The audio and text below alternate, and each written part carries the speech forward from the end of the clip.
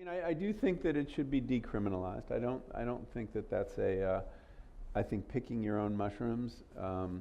But I also think that the cannabis model, which is kind of like, that we see in California, might not be right here. Just because I mean, my own experience and interviewing dozens of people who've been through psychedelic therapy, is that these drugs are uniquely powerful, and that the role of the guide is very important to a successful experience. It's not to say people haven't had terrific experiences, taking mushrooms or LSD and, going to, I just talked to someone who went to a festival last weekend and had a fantastic experience. That's, that's all true. But there is another kind of experience people have too. And, given a poor set and setting, and set as your internal environment and your external environment setting, people have, experiences that really rock them psychologically and leave people in a really bad place. And so how do you mitigate that risk? And I do think that the idea of a guide, a trained guide, is a very important way. Absolutely. The big lesson, part of the issue with psychedelics in our society is they kind of burst upon our culture in the 50s and 60s without any preparation. Suddenly these incredibly powerful, interesting molecules show up. Psilocybin is discovered in Mexico by the first Westerner, Gordon Wasson, in 1955. He writes a big article in Life magazine, and suddenly people want it and descend on this town in Mexico. And then LSD is discovered or really tried out in the 40s and becomes this drug of research.